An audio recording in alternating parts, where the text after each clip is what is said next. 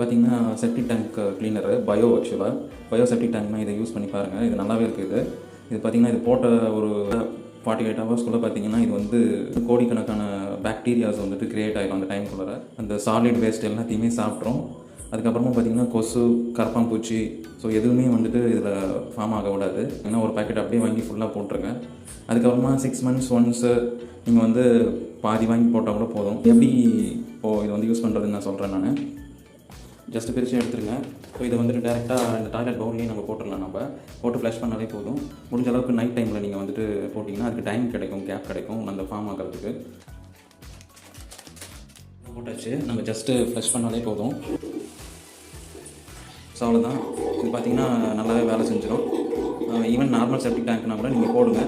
இது வந்து ஃபுல்லாகவே சாப்பிட்டுட்டு ஃபுல்லாகவே வெறும் தண்ணியாக மாற்றிடும். ஸோ நீங்களும் ட்ரை பண்ணி பாருங்கள். ட்ரை பண்ணி பார்த்துட்டு கமெண்ட்டில் சொல்லுங்கள். தேங்க்யூ.